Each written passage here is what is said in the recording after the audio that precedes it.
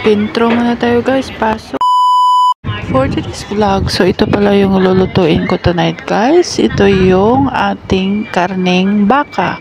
So meron na ito, kompleto ricados na ito guys. So ilalagay lang natin ito sa air fryer. Ayan, so air fryer natin. So ito, so gawin natin 200 yung init. Ayan, at saka 20 minutes lang siya. Ayan.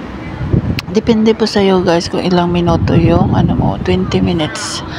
So at saka mag-ano din tayo ng gulay. So $5.60 lang ito guys. So isang ganito kasya na sa aming lahat. So huhugasan na natin yung gulay ko. So kasi araw-araw kailangan nating may gulay. Yung mga Chinese dito sa Hong Kong guys, pag kumain sila may gulay talaga pag kumain sila sa gabi. So kaya kailangan kakain din tayo ng gulay sa gabi. So ito na nga guys, luto na ang ating ulam for tonight. Ayan, kasi dito ko papakainin yung aking asawa. So ito yung aming ulam tonight.